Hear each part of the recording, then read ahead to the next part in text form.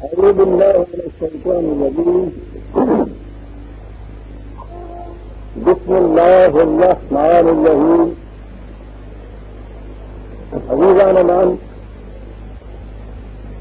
آج مئی 1968 کی 26 تاریخ ہے اور ہم اپنے درس کے سلسلہ نو میں دوسری کڑی تک پہنچ رہے ہیں.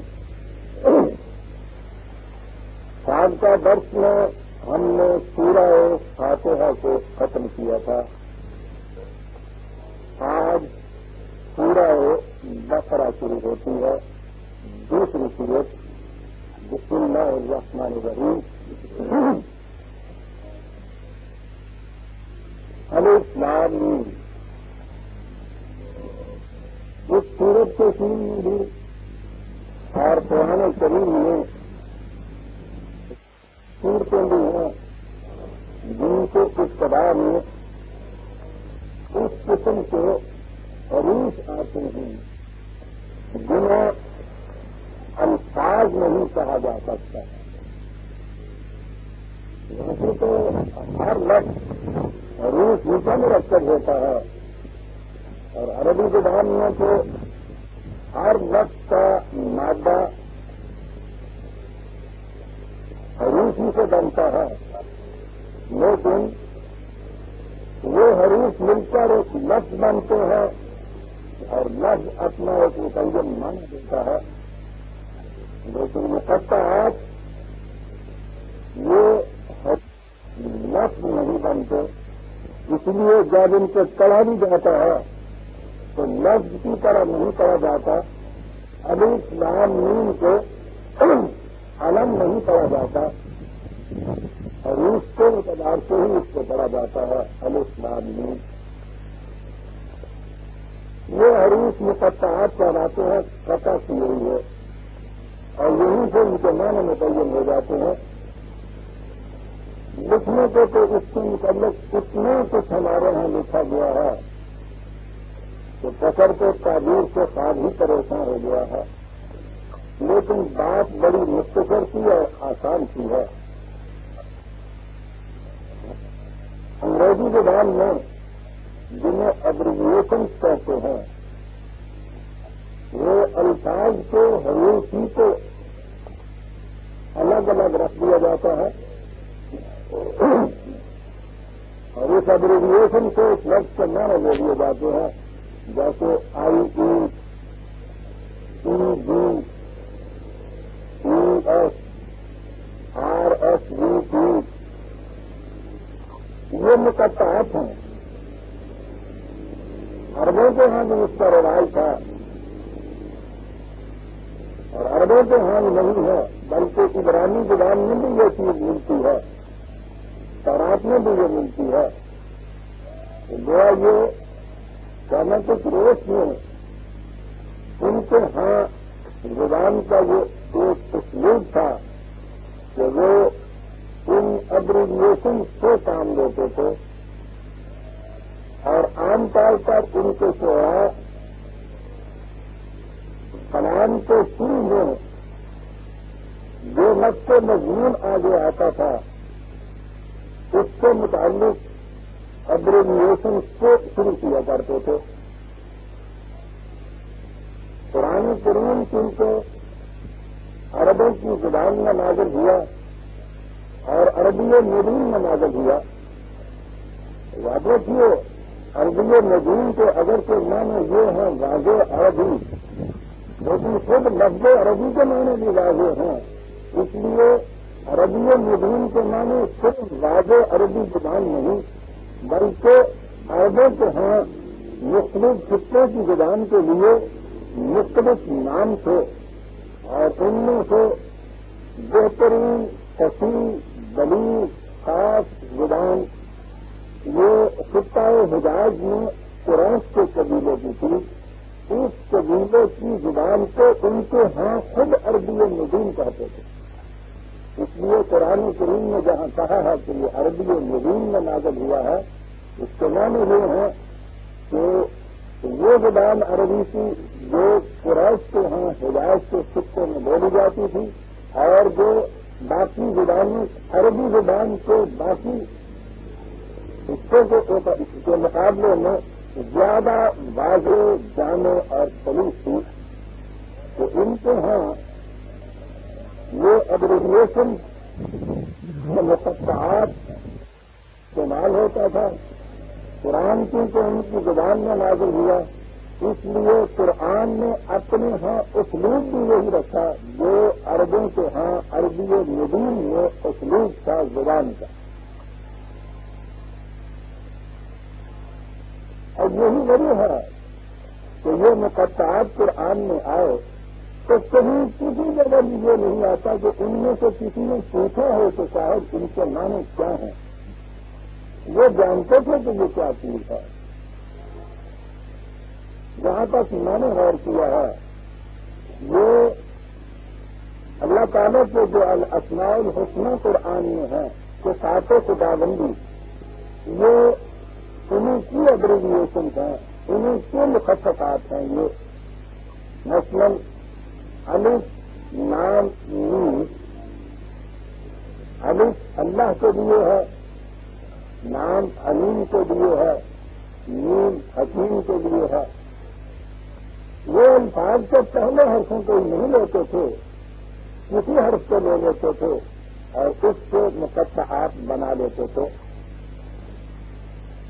تو میں نے اپنے ہاں مفہوم القرآن میں بھی یہی معانی لیے ہیں اور درس میں بھی یہی معانی لیا جاتا ہوں۔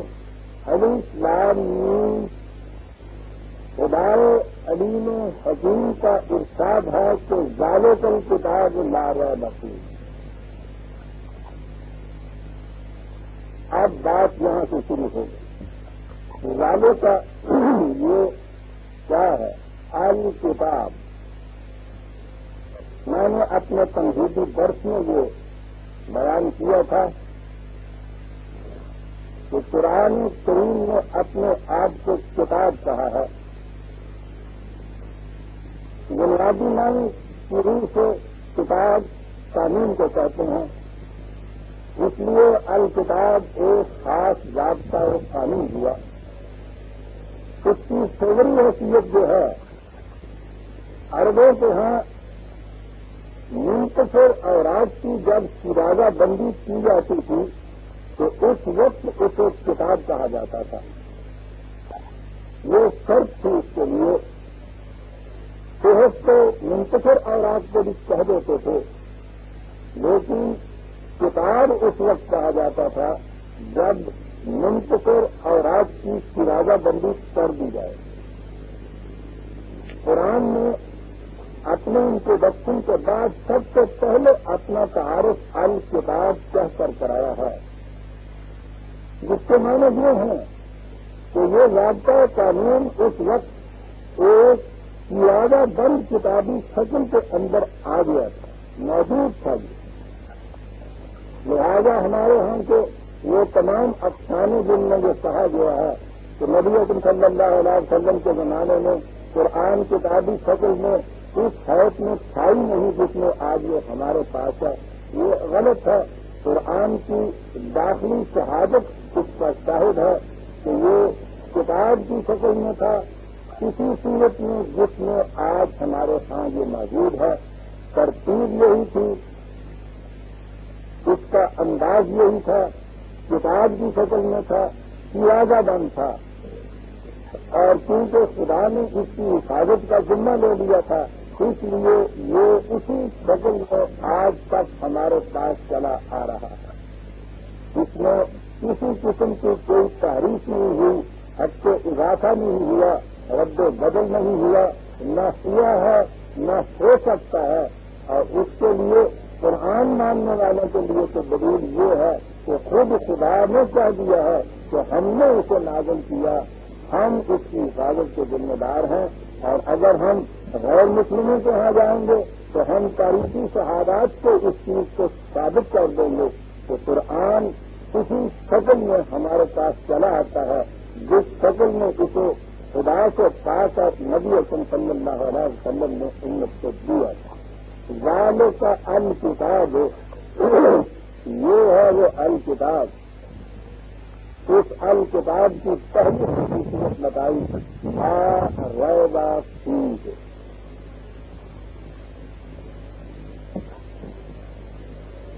عربی زبان میں شک بھی لفظ موجود ہے، ریب بھی موجود ہے. قرآن کریم نے خود شک کا لفظ بھی استعمال کیا ہے اور ریب کا لفظ بھی استعمال کیا ہے، بلکہ شک کو آبجیکٹو کے طور پر، صفت کے طور پر اس نے سچم مریض بھی کہا ہے 34 اور 64.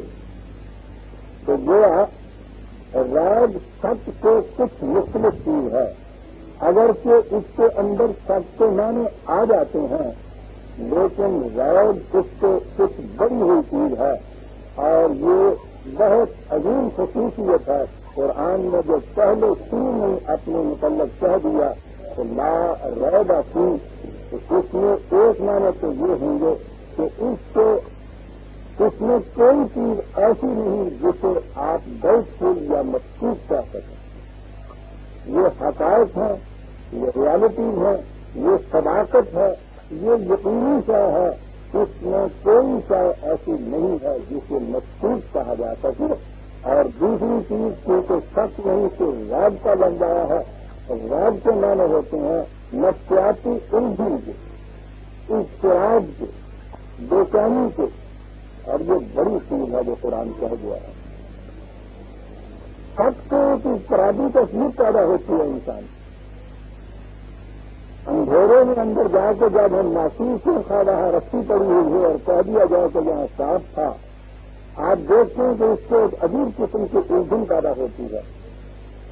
جب تک وہ سچی کیفیت رہتی ہے وہ اضطراب اور الجھاؤ اور بے چینی باقی رہتی ہے. لیکن جب روشنی آ جائے اور یہ معلوم ہو جائے کہ وہ کیا ہے، یعنی یہ ضروری نہیں کہ وہ رسی ہو، شام بھی ہو، اگر پہلی کیفیت جو آپ کے ہاں تجزب کی ہوتی ہے وہ چلی جاتی ہے.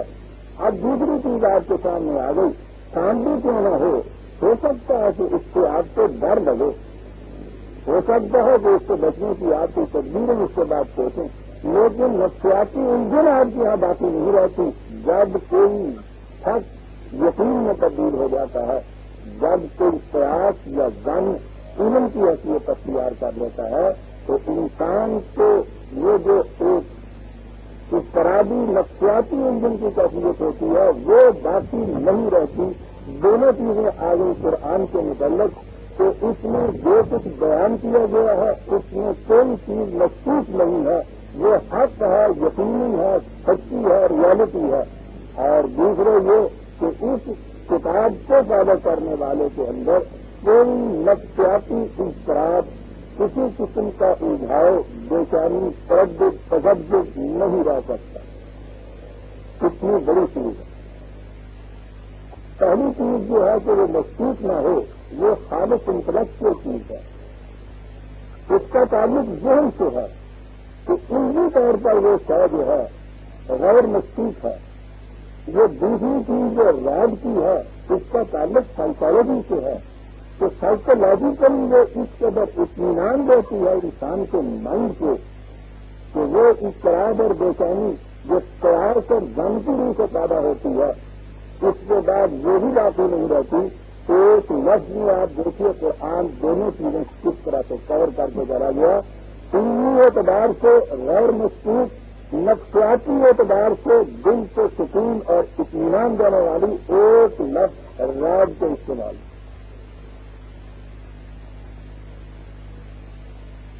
اور دو ہی دوشی ہیں عزیزان اللہ انسانی دنیا، یا ذہنی طور پہ وہ پیاس آرانے میں گرفتار ہوگا یا قلبی طور پر اضطراب اور بے چینی کا شکار ہو جائے گا. ایک صحیفہ، ایک الکتاب، یہ ان دونوں چیزوں کے لیے ایک علاج، ایک نسخہ اتفاق قرآن نے دے دیا. لا ریب فیہ.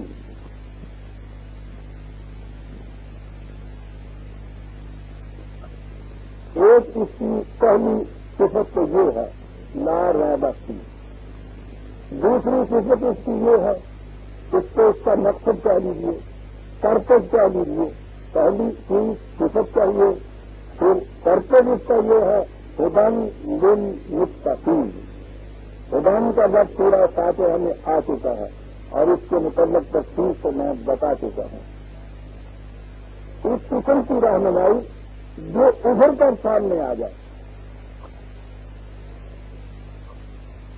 واضح طور پہ سامنے آ جائے، تو پہلی چیز تو یہ ہے کہ یہ رہنمائی ہے ایک، اور رہنمائی ایسی ہے کہ جو کہیں ڈھکی ہوئی چھپی ہوئی نہیں ہے، کہ جو آپ کو اس طرح سے تلاش کرنی پڑے، بلکہ وہ خود ابھر کر سامنے آ جاتی ہے۔ لیکن اس کے لیے ایک شرط قرار دی ہے اس نے کہ ہدن للمتقین،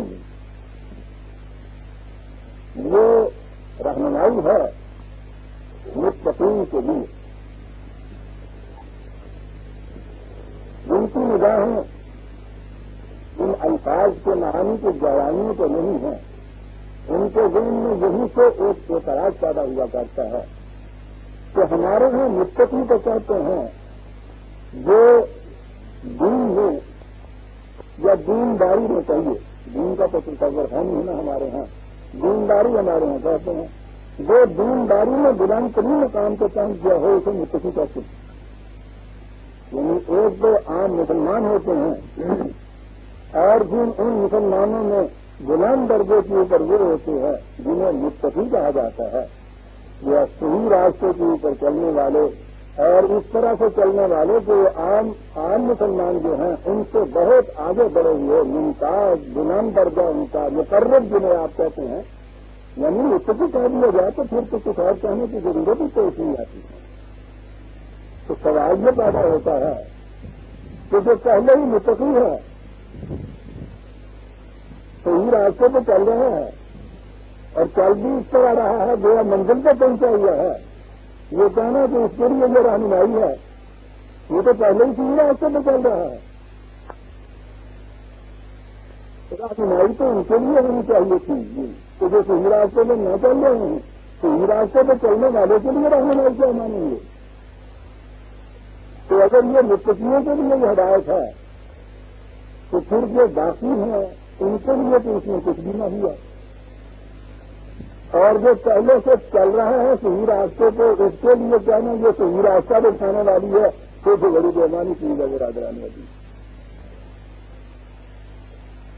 آپ نے دیکھا کہ ہمارے ہاں جو مروجہ مفہوم لیا جاتا ہے قرآن کی اصطلاحات کا، اس کی روح سے خود ہی کس قدر اعتراضات پیدا ہوتے ہیں، ان اعتراضات کی بنا پر خود بے چینیاں پیدا ہوتی ہیں، حالانکہ کتاب جو تھی جس کا پہلے دعویٰ یہ تھا کہ لا ریب فیہ، یہ معاذ اللہ قرآن کا نقص نہیں ہے، یہ نقص یہ ہے کہ الفاظ قرآن کے ہیں، معانی اس کو ہم نے خود پہنائے ہوئے ہیں۔ متقین قرآن کی بڑی جامع اصطلاح ہے،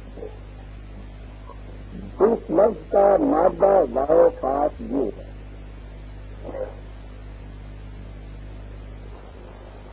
اس کو سمجھنے کے لیے یہ سمجھیے، جو ارباب لغت نے بھی سمجھایا ہے اور سمجھدار لوگوں نے بھی عربوں کے ہاں، عربوں کا لباس آپ دیکھتے ہیں بڑا ڈھیلا ڈھالا ہوتا ہے، اس کے لیے سمجھایا ہی گیا ہے کہ ایک راستہ چل رہا ہے کوئی اور وہ خاردار جھاڑیاں ہیں، اس میں ادھر ادھر سب کانٹے دار جھاڑیاں، ڈھیلا ڈھالا لباس ہے۔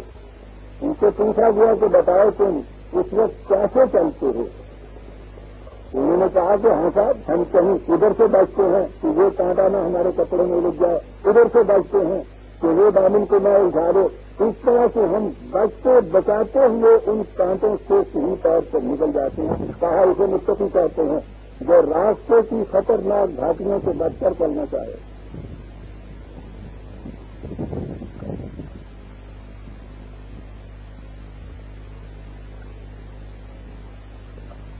چلنے والے دو قسم کے ہو گئے، یوں بات سمجھ میں نہیں آتا۔ ایک شخص دریا میں چھلانگ لگانے لگا ہے، آپ اسے کہتے ہیں کہ یہاں نہ کودنا، پانی بڑا گہرا ہے، یہاں نہ جانا، اس کے نیچے مگرمچھ ہے، ٹھیک ہے، وہ اس سے احتیاط برتے گا، اس سے سبق حاصل کرے گا تو اسے بتا دیا ہے کہ یہاں خطرہ ہے، اور جو شخص ڈوب کر مرنے کے لیے دریا میں کود رہا ہے اسے کہا جائے کہ یہاں نہ کودنا، پانی گہرا ہے، وہ تو کودے گا نہیں۔ جو خود ڈوب کر مرنے والا ہو، جو فیصلہ کر کے کہو کہ میں نے خودکشی کرنی ہے، اس سے یہ کہنا کہ یہ نہ کھانے کے لیے سنکھیا ہے، سوال ہی پیدا ہوتا ہے اس کے لیے کسی صحیح رہنمائی کا سوال یا ہدایت کا سوال یا غلط اور صحیح میں امتیاز کا سوال اس کے لیے ہوگا جو غلط سے بچنا چاہتا ہو، جو خطرات سے محفوظ رہنا چاہتا ہو، جو زندہ رہنا چاہتا ہو، جو ہلاکت کی چیز کے قریب نہ جانا چاہتا ہو، یہ جن کے اندر کیفیت ہو کہ وہ زندگی میں راستے کی خطرناک گھاٹیوں سے بچ کر چلنا چاہتے ہیں، محفوظ طریق پر چلنا چاہتے ہیں، اس کو متقی کہیں گے۔ یہ انداز سفر جو ہوگا کہ راستے میں کسی خاردار جھاڑی سے میرا دامن نہ الجھ جائے، راستے میں کسی گڑھے میں نہ گر جاؤں، کوئی ایسا راستہ نہ اختیار کر لوں کہ جس میں ادھر ادھر کمی گاہوں کے اندر ڈاکو چھپے ہوئے ہوں، درندے ہوں، سانپ ہوں، اگر ہوں تو میں ان سے بچ کے کیسے جاؤں۔ کہا کہ جو راہ رہے اس انداز سے سفر اختیار کرنے کے لیے نکلے گا، اس کے لیے یہ صحیح رہنمائی دے گا کہ جس راستے پہ چلے اس پہ نہ چلنا، یہ خطرناک ہے، یہ محفوظ راستہ ہے۔ جو زندگی کے محفوظ راستے پر چلنا چاہے اس کے لیے یہ صحیح رہنمائی دیتا ہے۔ آپ نے غور فرمایا عزیزان من،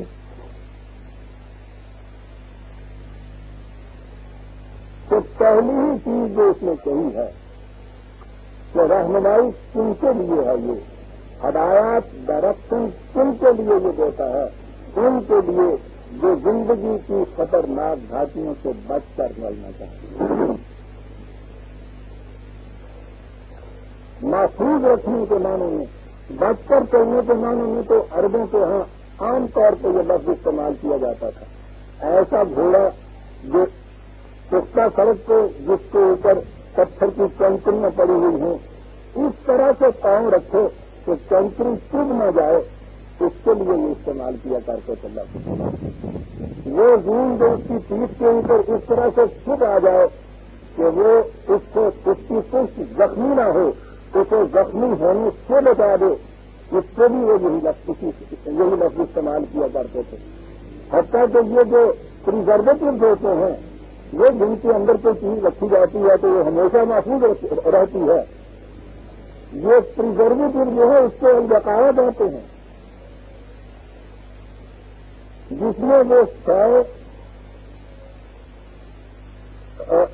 تباہ ہونے سے بچ جائے، خراب ہونے سے بچ جائے، ڈس انٹیگریٹ نہ وہاں ہو، اس میں فساد نہ پیدا ہو۔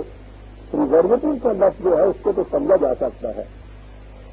کتنی بڑی چیز بتائی، جو اپنے آپ کو یوں محفوظ رکھنا چاہتے ہیں ان کے لیے اس میں ایک ڈائریکشن دی ہوئی ہے کہ یہ نسخہ استعمال کرو گے تو پھر یاد رکھو تم محفوظ رہ جاؤ گے، اور انسانی ذات کا تو مقصود ہی یہ ہے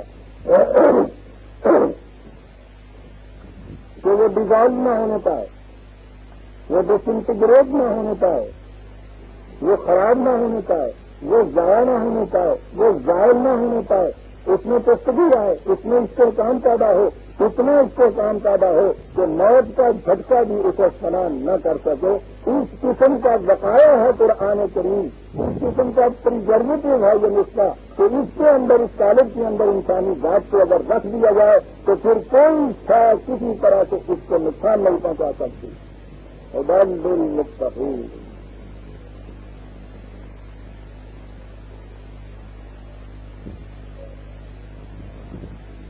اور فرما رہے ہیں وہ اس زبان پہ اور پھر قرآن کے انتخاب پر اس طرح سے ایک لفظ لاتا ہے، کھولتے چلے جائیے تو تمام مقاصد جتنے ہیں اس کی تعلیم کے وہ ابھر اور نکھر کر سامنے آتے چلے جاتے ہیں۔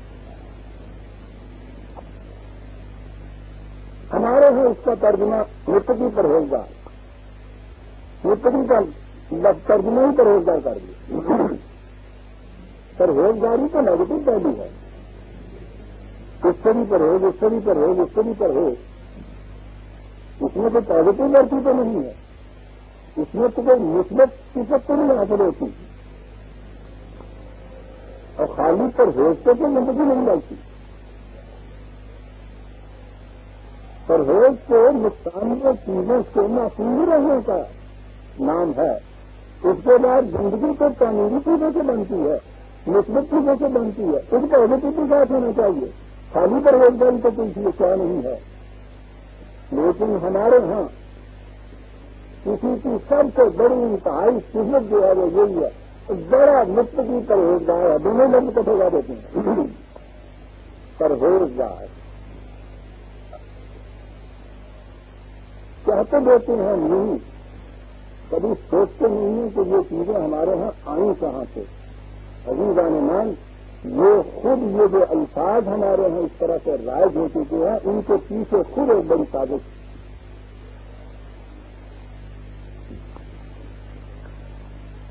زندگی کے متعلق اور اس دنیا کے متعلق عام تصور یہ چلا آ رہا تھا کہ یہ مادہ نفرت کے قابل دلدل ہے، جس میں انسانی روح آگ کو پھنس چکی ہے۔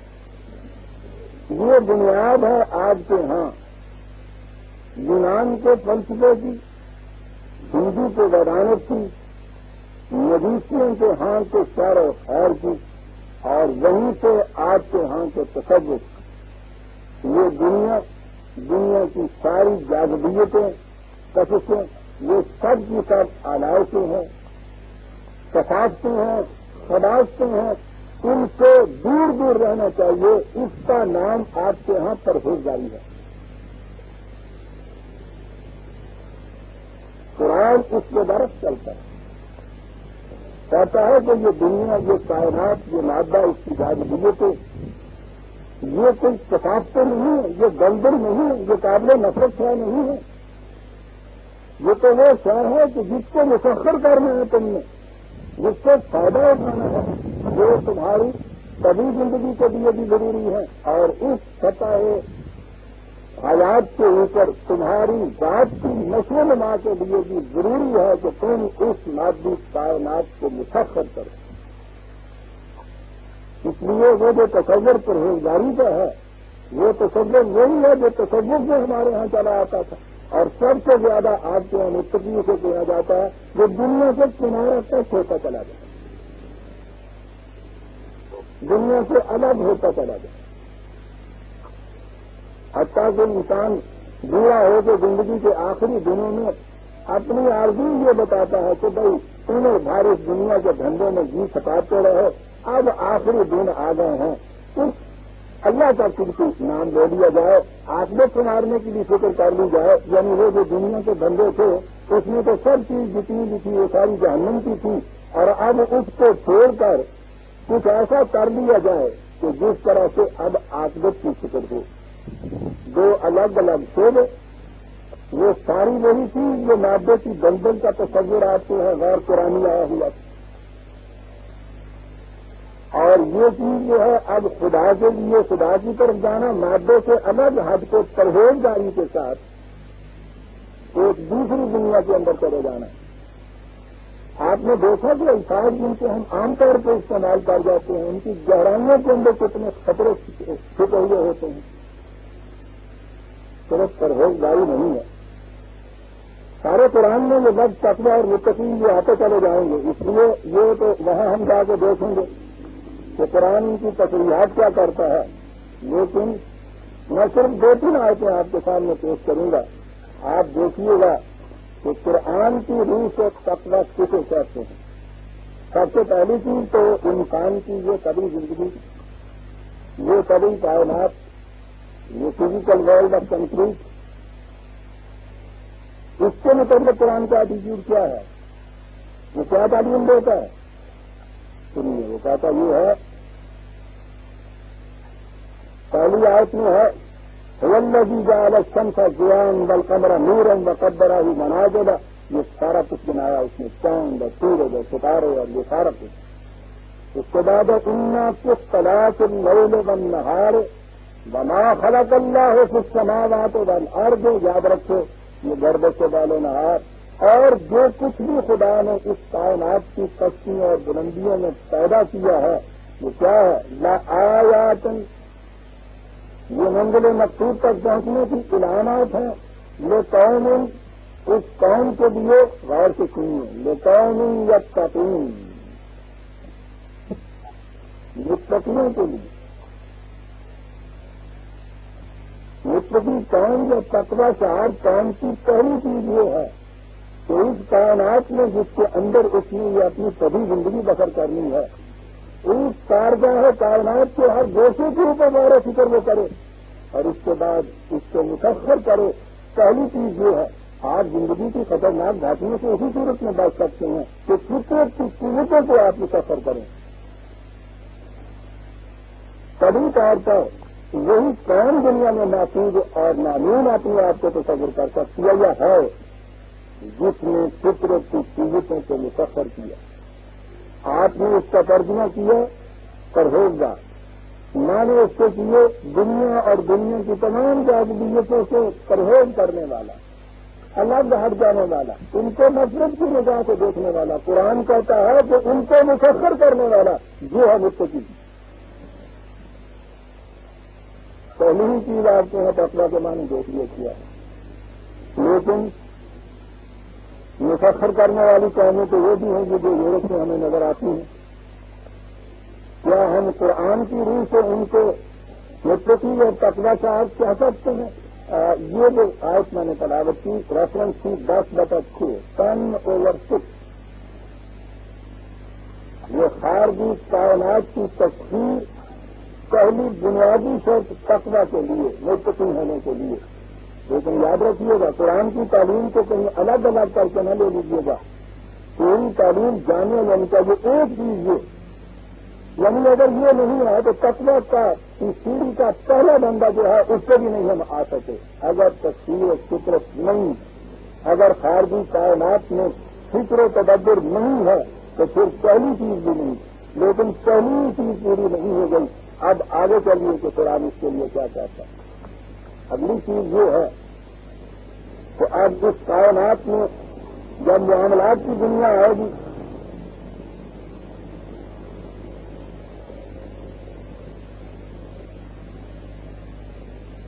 تو اس میں ایک طریق تو وہ ہوگا کہ ہم قرآن کی بتائی ہوئی مستقل اخبار کے مطابق معاملات کو طے کریں۔ دوسری چیز یہ ہوگی کہ ہم اپنے اپنے مفاد کے پیچھے چلیں، اپنے اپنے جذبات کا اتباع کریں۔ یہ جو قوانین خداوندی کو چھوڑ کر اپنے جذبات کا جو اتباع ہے اسے قرآن شیطان سے تعبیر کرتا ہے۔ پھر سن لیجیے، میں نے جو پرپزلی یہ استعمال کیا یہ الفاظ قرآن کے بتائی ہوئی اقدار کو چھوڑ کر جذبات کا اتباع، جذبات کا اتباع بری چیز نہیں ہے، اقدار خداوندی کو چھوڑ کر جذبات کا اتباع جو ہے وہ غلط راستے کو لے جاتا ہے۔ جذبات انسانی کو اقدار خداوندی کے تابع رکھ کر ان سے کام دینا یہ انسانیت کی شرط ہے۔ تو میں نے کہا ہے کہ اقدار خداوندی کو چھوڑ کر اپنے ذاتی مفاد یا جذبات کے پیچھے چلنا اسے شیطان کہا گیا ہے۔ تم نے اگلی چیز فطرت کی قوتوں کو مسخر کیا، کائنات میں غور و فکر کیا، یہ سارا کچھ کرنے کے بعد جب ہم معاملات کی دنیا میں آئے وہاں مفاد کا ٹکراؤ ہوا، یہی ہم نے مستقل قدر کو چھوڑا، اپنے جذبے کسی کے پیچھے چلے، اس کا خیال پیدا ہوا، اس کے معنی ہو گئے کہ شیطان نے ہم کو چھو لیا۔ قرآن کے الفاظ میں یہ چاہیے،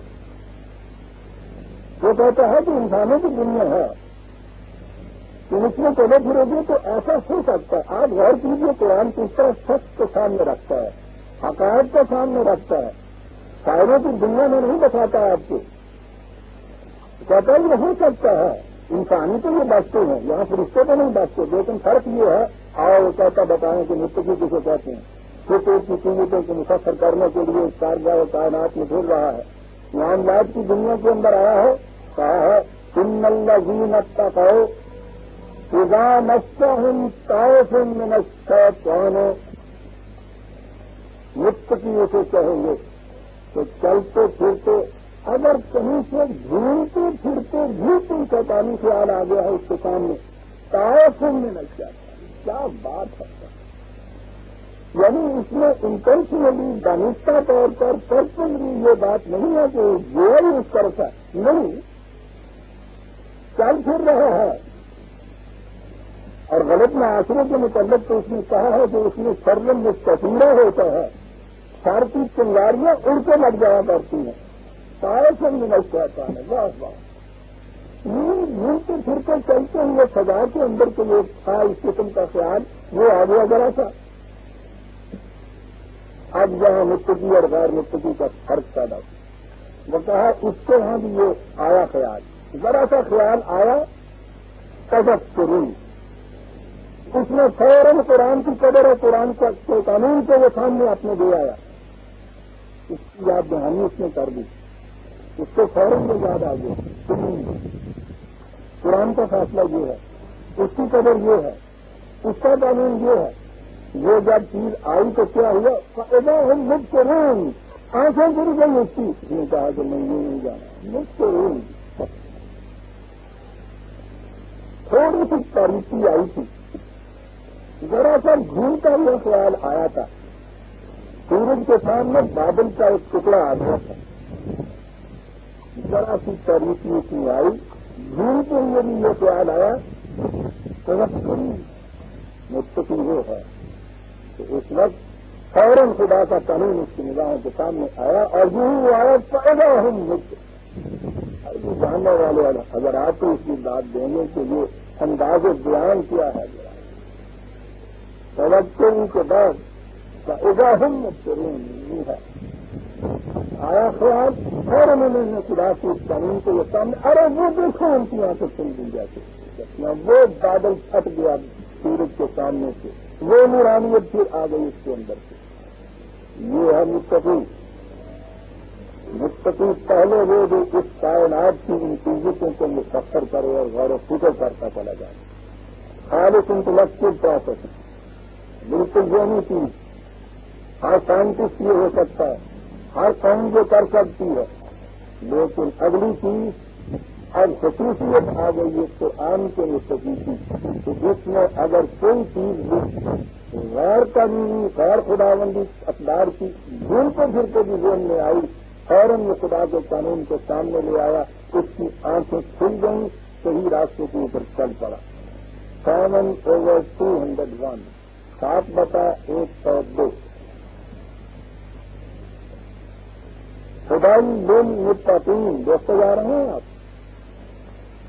یہ صحیح راستہ ابھر کے آتا ہے قرآن کی روح سے. سن کے سامنے پہلی چیز ہم نے جو دیکھی اس کارگاہ کائنات میں غور و فکر کرنے والوں کے سامنے عزیزان مان وہ جو کہا جاتا ہے نا کہ یہ بعض نصیحت اور اخلاقیات ہی کی کتاب ہے. اب غور کیجیے کہ کائنات کو غور و فکر کرنے والوں کے لیے بھی اس میں سے گائیڈنس اور رہنمائی ملتی ہے. اور جو اس نقطۂ نگاہ کو لے کر قرآن کے اندر آپ چلتے ہیں اور یہاں سے رہنمائی دے دیتے ہیں ان سے پوچھیے کہ کیا راستے ان کے سامنے صاف نہیں ہوتے. صرف فطرت کے قوانین اور فطرت کے نظام کے متعلق غور و فکر کرنے والوں کے لیے. اور پھر اگلی چیز یہ کہ جب بھی پھر اقدار کی دنیا میں وہ آئے گا وہاں اگر کوئی ذرا سی غلط چیز کی تھوڑی سی آمیزشی آ گئی ذہن کے اندر فوراً یہ قدر خداوندی سامنے آئے گی. اس کی آنکھیں کھل جائیں گی, راستہ صحیح سامنے آئے گا. ہدی للمتقین. تیسری چیز خود جماعت مومنین کے اندر دین تو اجتماعی سا ہے. یہ تو انفرادی نہیں, پرہیزگاری تو انفرادی چیز.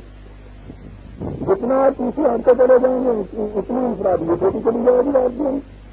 حتیٰ کہ آپ غاروں میں بیٹھ جائیں گے سب سے بڑے پرہیزگار نہ رہے بانس نہ بڑے بانس. وہ سر درد کا علاج سر کو کاٹ لینا ہے. مکمل علاج ہوتا ہے یاد رکھو سر درد. ہاں جی پھر کبھی نہیں ہوتا. اس میں بگڑتا کچھ نہیں صرف پھر باقی نہیں رہتا ہے. یہ آپ کے یہاں کی پرہیزگاری ہے. کاٹتے چلے جاؤ چھوڑتے چلے جاؤ. لیکن لیکن دین تو اجتماعی نظام سکھاتا ہے. اجتماعی نظام کے بغیر دین کا تصور نہیں ہو سکتا. اور اجتماعی نظام میں تو آپ جانتے ہیں کہ تفرقہ فرق ہمارے یہاں متقی جو ہیں انہیں اگر کہیں ڈھونڈنا ہوگا بہرحال ان مساجد میں ڈھونڈنا ہوگا نا. اس لیے کہ اس کی پہلی شرط تو یہ ہے نا نماز کا پابند ہوگا. نماز ہوگی یہ ارکان جو ہیں ان کی پابندی بڑی ضروری ہوگی اس کی. تو سب سے پہلے مساجد کی طرف روشن کریں گے متقیوں کو تلاش کرنے کے لیے. یہ مساجد آپ کے یہاں کی جو ہیں ان کی کیفیت آج یہ ہے کہ اجتماع ہو 10,000 کا 20,000 کا سارے مسلمان اس کے اندر ہوں. اور اب تو ہمارے یہاں ہوتے جیسے اجتماع ہے کتنے مسلمان جاتے ہیں. کتنے وقت کے لیے جتنے میں وہاں تقریر ہو رہی ہے جلسہ ہو رہا ہے کسی کی پیشانی پہ کچھ نہیں لکھا ہوا یہ اس سے الگ ہے یہ اس سے الگ ہے. اسی وقت نماز کی اذان ہو گئی اور یہ سارے متقی اٹھے نماز پڑھنے کے لیے 100 اس مسجد میں 200 اس مسجد کے اندر 50 اس مسجد کے اندر یہ سارے ٹکڑے ٹکڑے ہو گئے سارے متقی جتنے تھے. یعنی یہ جب تقوی کی طرف آئے تو ان میں تفرقہ ہو گیا. یہ گروہوں میں بٹ گئے تفریق پیدا ہو گئی ان کے اندر. جب یہ محض جلسے میں بیٹھے تھے تو اس وقت ان کو نہیں کہا جا سکتا کہ یہ متقی ہیں. ان داروں کا ایک جلسہ ہے تو مثال سیاسی جلسہ ہو رہا ہے پولیٹیکل جلسہ ہو رہا ہے اس کو تو تقوی سے تعلق نہیں. ان کے تصور کے مطابق تقوی کی آواز آئی ہے تو یہ جو دنیا دار بیٹھے ہوئے تھے ایک مقام پہ جن میں کوئی تفرقہ نہیں تھا اب یہ سارے کے سارے گروہوں کے اندر بٹ گئے تفرقے میں بٹ گئے متقی بننے کے لیے جا رہے ہیں مساجد کے اندر. جس کے لیے اس نے کہا تھا تقوی تو ایک طرف متقی تو ایک طرف ولا تکونوا من المشرکین من الذین فرقوا الدین. یاد رکھنا مومن ہونے کے بعد پھر سے مشرک نہ بننا.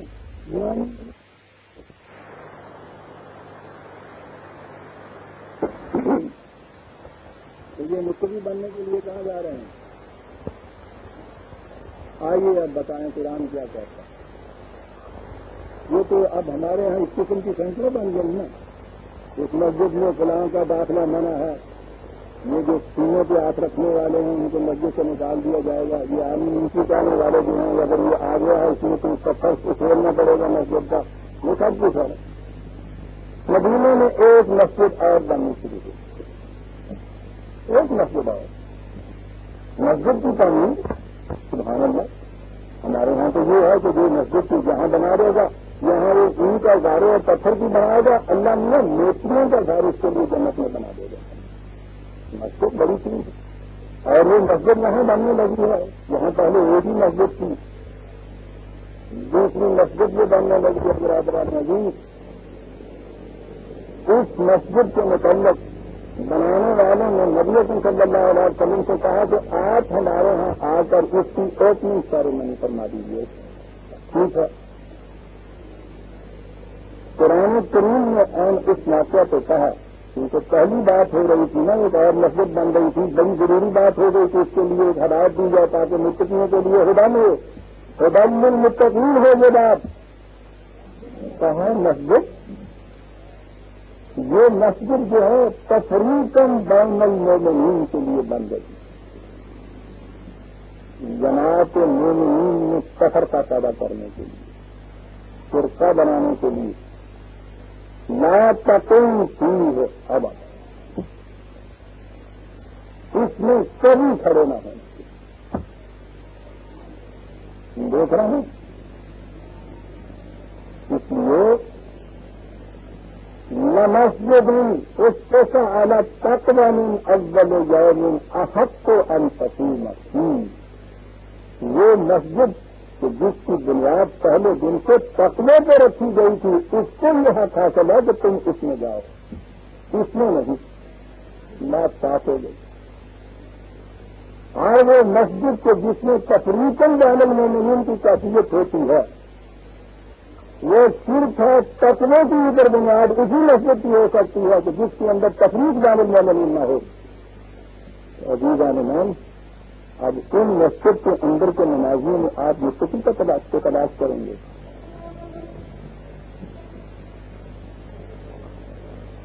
مستقل کو تلاش کریں گے یا ولا تکونوا من المشرکین جو کہا تھا اس کو یہ ملیں گے آپ کو. 9/100,709.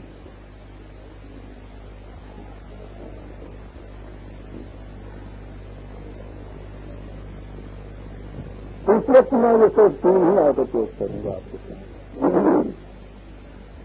آگے چلیں گے تو پھر متقی اور تقویٰ کی تفصیل تو سارے قرآن میں آئے گی، لیکن میں سمجھتا ہوں یہ 3 بنیادی حقیقتیں بھی بہت بڑی ہیں. اگر آپ انہیں کو سمجھ لیں، کہا جائے فطرت میں غور و فکر کر کے فطرت کی قیمتوں کو مسخر کرنا تقویٰ کے لیے پہلی شرط.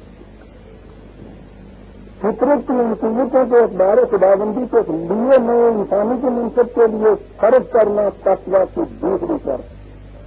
اس مقصد کے لیے ایک تنظیم، ایک جماعت، ایک امت کی تشکیل جس میں کوئی کثر کا نہ ہو تقویٰ کی تیسری شرط. ان میں سے اگر ایک شخص بھی کسی وقت گم ہو گئی ہے تو وہ تقوی نہیں ہو سکتا برادران عزیز، اور جب وہ متقی نہیں ہو سکتا تو اس کو قرآن سے ہدایت کیا مل سکتی. کرتے رہیے اسے، تلاوت کرتے رہیے اسے. وہ ہدن تو للمتقین ہے، وہ ہدایت تو متقین کے لیے ملے گی. اور جو شرط بھی پورا نہیں اترتا اس کو رہنمائی کیا ملے گی. اور سفر کی رہنمائی کے لیے تو برادران عزیز پہلی شرط یہ ہے کہ آپ سفر کے لیے اس کے تیار ہو کے نکل پڑیں. گھر میں بیٹھے ہوئے ریلوے ٹائم ٹیبل لیٹسٹ بھی آپ لگاتے چلے جائیں اور گھر میں رکھا ہوا ہے، آپ بھی بیٹھے ہیں ٹائم ٹیبل بھی رکھا ہوا ہے، روز اس کو دیکھ لیتے ہیں. 9 کے 25 منٹ کے اوپر 13 ڈاؤن گیا جہاں سے چلتی ہے اور یہاں سے جہاں تک بیٹھتی ہے وہاں سے چین کرتی ہے فلاں وقت کے اوپر مالا میٹ جا پہنچتی ہے اور 19 ڈاؤن ادھر سے چلتی ہے فلاں وقت سے آ جاتی ہے. روز اس کو آپ کنسلٹ کر لیا کریں، اس کے بعد اس کے یہاں بیٹھے رہا کریں. یہ ہدایت آپ کو کچھ فائدہ بھی دے سکتی. وہ ٹائم ٹیبل اس کے لیے بنا تھا، دوسرے گاڑی پہ جانا تھا. گھر میں بیٹھے ہیں ٹائم ٹیبل کنسلٹ ہو رہا ہے. پھر آگے بھی جگہ رہے ہیں، وہ کہتے ہیں نہیں تم نے 13 ڈاؤن کا ٹائم ٹھیک نہیں نوٹ کیا. میں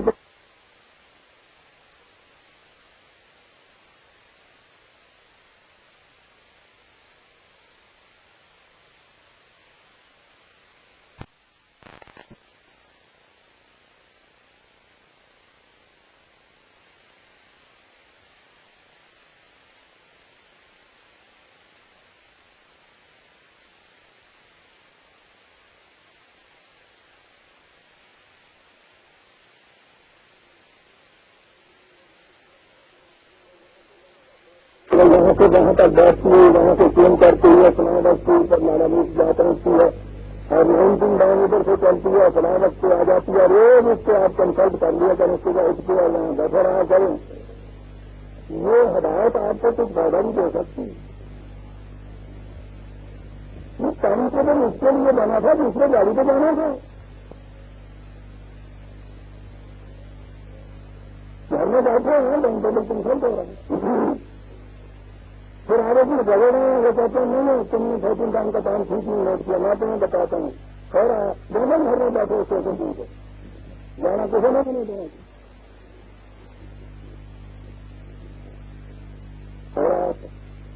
پھر اس ٹائم ٹیبل کی تصویریں لکھی جا رہی،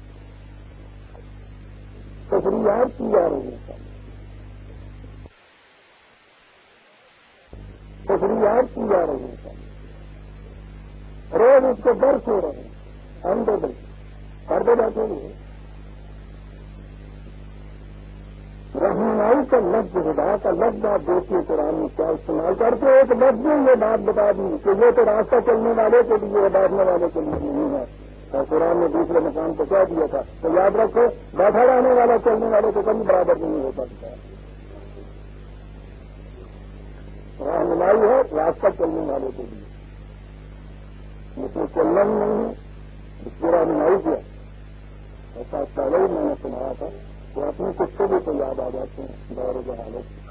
قرآن نے حکم دیا ہوا سیری فل عرب، جاؤ اٹھو اس زمین میں چلو پھرو، پوچھو نہیں کہ اس ایک چیز کے اندر زندہ قوموں نے اتنی سی چیز کے اندر کیا کچھ نہیں کام لیا تھا. سیری فل عرب کیا جاؤ چلو پھرو. ہمارے یہاں بھی سیری فل عرب ہوتا ہے. ملنے کے لیے آئے حضرت صاحب سے زیارت کرنی ہے، ان نے کہا کہ من صاحب تو 40 دن نہیں مل سکتے.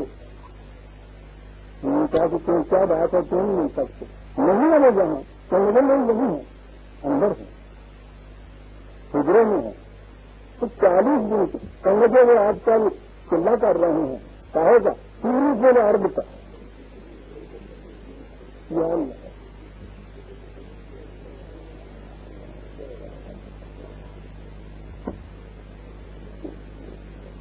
یعنی لوگ تو پھر بھی کبھی یہاں سے اٹھ کے باہر ہی آ جاتے ہوں گے. اب جو سیری کی عرب شروع ہوا ہے تو 40 دن ہلنا نہیں.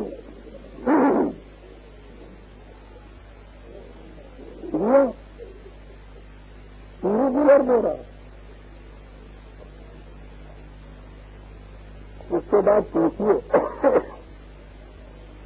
سرکار یہ گورو جو ہوا کہاں کا جو ہوا کہتے ہیں ہفتے افلاق کی چاروں کرتے چلے گا. یہ پھر عرب کہہ رہا ہے یہ آسمان پہ پہنچے ہوئے. کہا صاحب تو عرب سنگت میں وہ قرآن مسلمان تم لوگ ہیں وہ ان کے لیے زمین کی چیزیں تو کر رہی انہیں دارے گرابندی جو ہے وہ آسمانوں بھی سارے کرتے ہیں. یہ پتا ہے یہ کیا ہے؟ من چلے تھے انہوں نے ایک معجون فلک 4 تیار کی اور جو پتا من کو کہتے ہیں.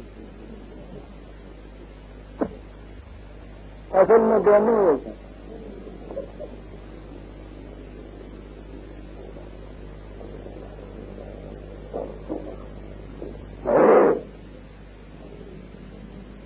اس قسم کی سیر اخلاق اگر نہ سیل ہو تجھ پر زمین کو ہنگامے بری ہے مستی اندیشہ ہائے اخلاقی. یہ بھنگ کا نشہ ہوتا ہے قرآن نے سیری فل عرب کہا. لیکن شاعری نہیں کرتا ہے، اس نے کہیں بھی نہیں کہا کہ سیری فل اخلاق. میں نے عرض کیا کہ ہدن للمتقین رہنمائی ہے ان کے لیے جو آمادہ سفر ہیں. آمادہ سفر ہیں تو پہلے یہ سوچ لیں کہ غلط راستے سے نہ چلے جائیں، خطرناک راہوں سے نہ گزرنا. وہاں کنسلٹ کرو ٹائم ٹیبل کو، وہاں یہ دیکھو کہ کون سا راستہ محفوظ ہے. اس محفوظ راستے سے قدم قدم کے اوپر اپنی حفاظت کا سامان کرتے ہوئے جیسے خاردار جھاڑیوں میں سے کپڑا سمیٹتے ہوئے چلے جایا کرتے ہو یوں کرتے چلے جاؤ تاکہ تمہاری اپنی ذات محفوظ رہے. یہ پریزرویٹو ہو جائے تمہاری اپنی ذات کے لیے، ایسا پریزرویٹو کہ موت سے بھی تم مر نہ سکے. خدا للمتقین الذین یہی نہیں رہنے دیا اس نے متقین کہا. اب آگے چلتی ہے اللہ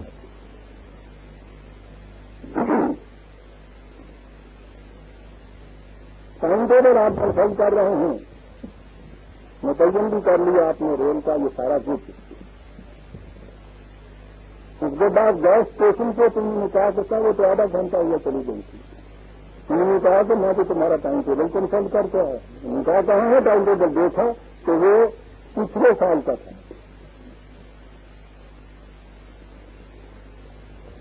ٹائم ٹیبل کے متعلق یقین ہونا چاہیے کہ جو صحیح ٹائم ٹیبل ہے یہی آج کا رواں ٹائم ٹیبل ہے، پرانا نہیں ہو گیا ہوا.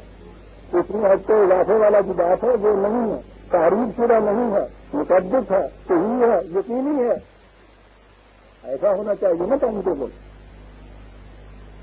یہ اس طرح سے کسی چیز کے متعلق تحقیق سے تجسس سے تفتیش سے یقینی طور پہ معلوم کر لینا کہ یہی صحیح ٹائم ٹیبل ہے، ایسا کرنے کو ایمان کہتے ہیں. کہا اللہ جینا یہ نہیں، چلنے سے پہلے اس کا اطمینان کر لیتے ہیں کہ ٹائم ٹیبل صحیح کنسلٹ کیا جا رہا ہے. تقویٰ کا لفظ تو پھر بھی کام آئے گا، یہ ایمان کا لفظ قرآن کے اندر آپ دیکھیں گے کسے کو پھیلا ہوا ہوگا، سفر میں ملے گا. بنیاد ہی یہ ہے.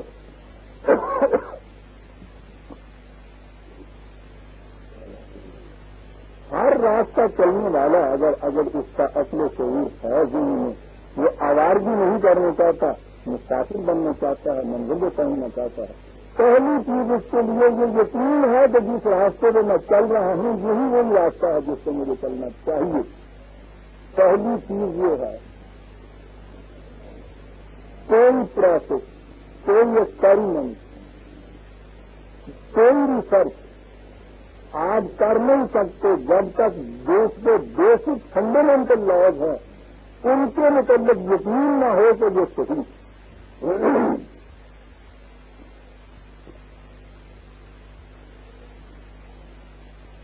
کسی تجربے، کسی سفر، کسی تحقیق سے پہلے اس کے بنیادی اصولوں کے متعلق یہ یقین کر لینا کہ یہ صحیح ہے، اسے ایمان کرتے ہیں. اس سے ہوتا کیا؟ چل پڑے آپ اس طرح سے یقینی طور پہ معلوم نہیں ہے کہ ٹھیک ہے یہی راستہ. قدم قدم پہ اپنے ایمان ہو، پتہ نہیں ٹھیک ہے یا نہیں ہے، یہی ہے یا کوئی اور ہے. جو اس نے بتایا تو کچھ ایسا تھا، یقین نہیں ہے. چل رہے ہیں آپ، لیکن قلب آپ کا ہر وقت ایک تجدد کا، ایک اضطراب کا کھانا بن رہا ہے. امن نصیب نہیں ہے. ایمان کا مادہ الف نون ہے جو امن ہے برادر.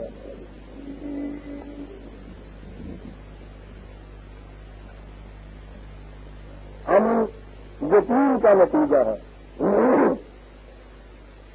ظن اور قیاس سے امن نہیں آتا. اور اس کے اندر یہ جو لفظ مومن اس سے بنا ہے، عجیب چیز. اس کے معنی ہے اس طریقے سے خود امن میں رہنے والا اور اس انداز سے باقی دنیا کو امن دینے والا. خدا کی ایک صفت خود المؤمن ہے.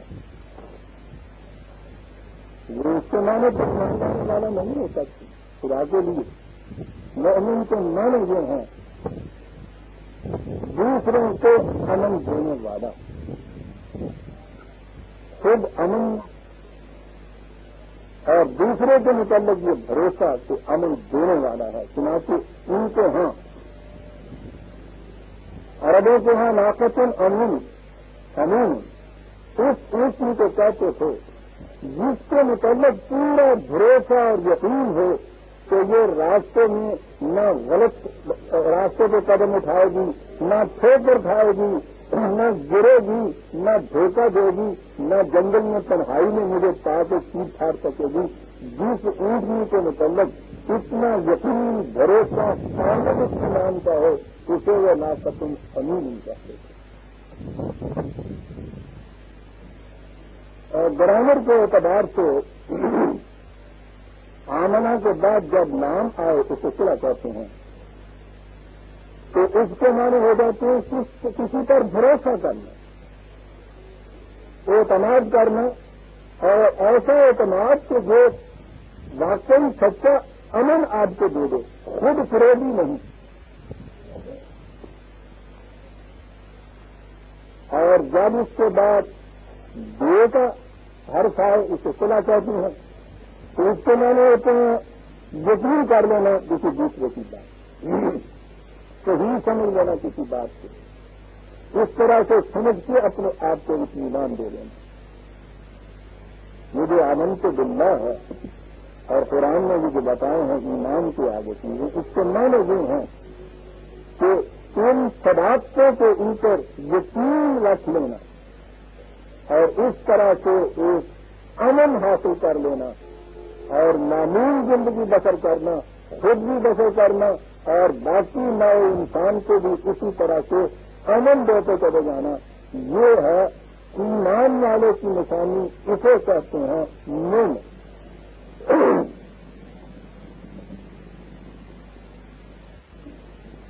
میں اس سے پہلے کئی دفعہ بتا چکا ہوں، بار بار بھی بتاتا چلا جاؤں گا۔ ہمارے ہاں کی بنیادی غلطی یہ ہوئی قرآن کے ان الفاظ کو غلط ترجمہ۔ ہمارے ہاں ایمان کا ترجمہ تو فرقیہ نہیں، ایمان ہی کہتے ہیں اس کو۔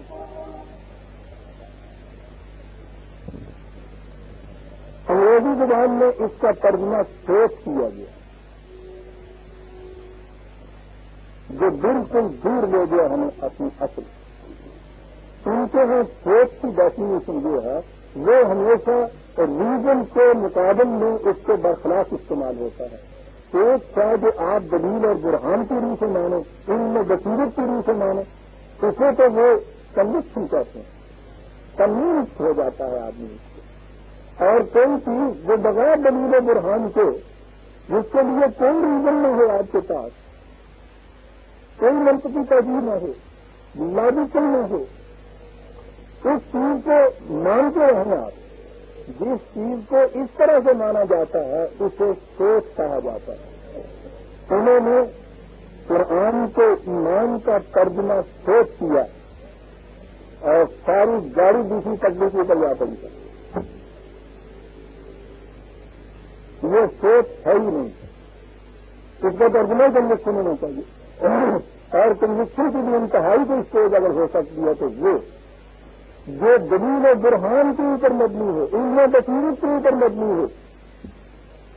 اندھے طور پر کسی چیز کو مان لینا جس کے لیے آپ کے پاس کوئی دلیل و برہان نہ ہو، قرآن کی روح سے ایمان نہیں کہلاتا۔ برادران عزیز، مومن کی ڈیفینیشن قرآن میں یہ دی ہے، الذین اذا ذکروا بآیات ربہم لم یخروا علیہا صما وعمیانا، 25/73۔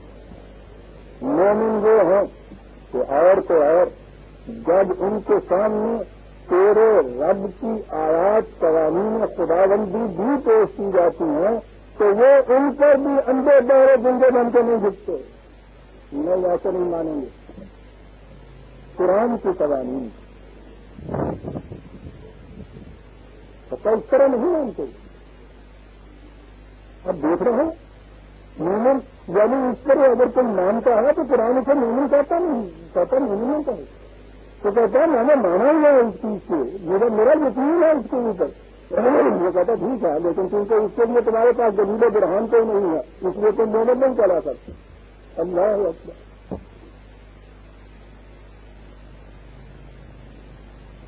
اس کے لیے تو مومن کی ڈیفینیشن نہیں دیتا ہے۔ اگر کوئی کہتا ہے تو میں نے اسے ایسا مانا ہوا ہے تو کہتا نہیں، مومن کی ڈیفینیشن ہے۔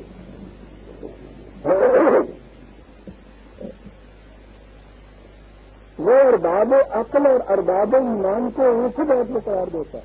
وہ کہتا ہے کہ فتق اللہ ہے، یہ دیکھیے تقویٰ، فتق اللہ ہے یا اولو الالباب الذین آمنوا، اندازہ لگائیے۔ راستے کی خطرناک گھاٹیوں سے قانون خداوندی کی نگہداشت کر کے راستے کی گھاٹیوں سے بچے۔ یا اولو الالباب، اے صاحبان عقل و بصیرت، الذین آمنوا، یعنی وہ لوگوں جو مان لائے ہو۔ اگر وہ اولو الالباب نہیں ہے تو یہ عمل میں آ نہیں سکتے۔ کیسے بتا دس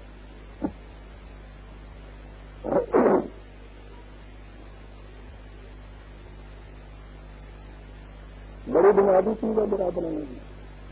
پھر اس میں ایک اور نقطہ بھی سمجھ لیجیے،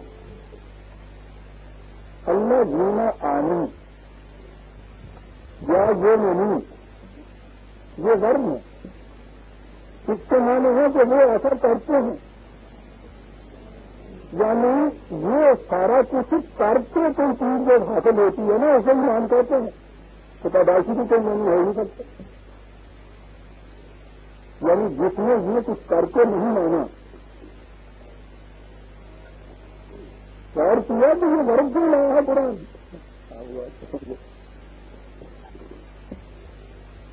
وہ تو پھر کو کہتے ہیں کہ کام کرنا ہوتا ہے.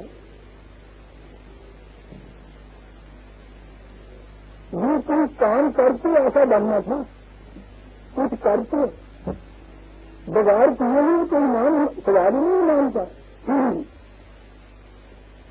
اللہ زندہ آمن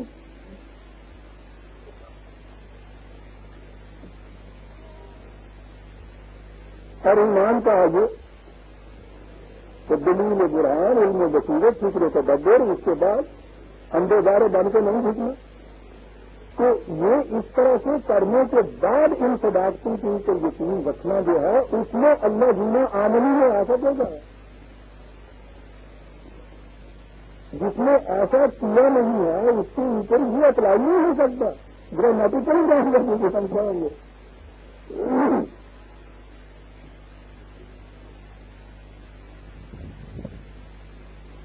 اسی لیے اس نے یہ کہا ہے کہ ان صداقتوں کے اوپر جب آپ ایمان لاتے ہیں یعنی ان کو اس طرح سے صحیح مانتے ہیں تو اس کے بعد آج کا یہ ماننا، آج کا یہ ایمان پھر پختہ ہوتا جاتا ہے.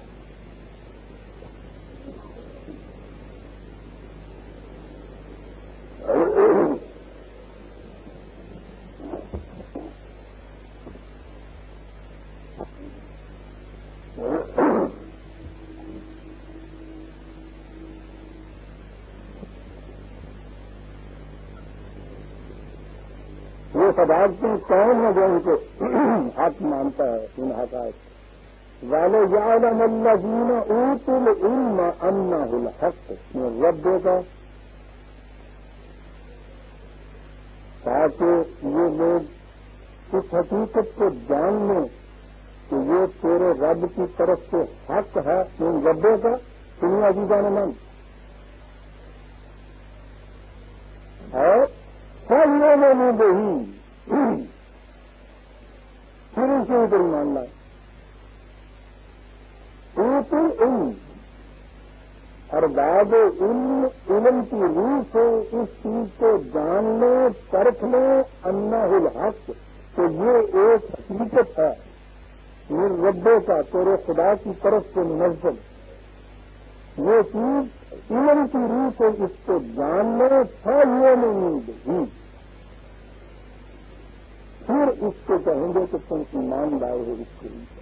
پھر وہ اس طرح سے اس کو ایمان لائے تو کہتا جب یہ کیفیت ہو جائے تو یہ چیز پھر ذہنی نہیں رہتی.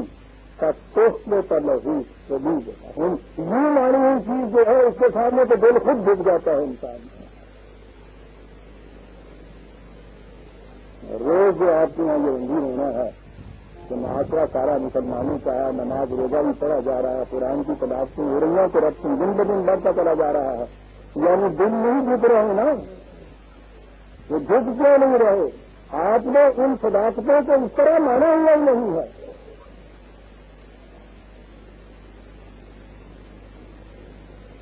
کمپیوٹر اور سب کچھ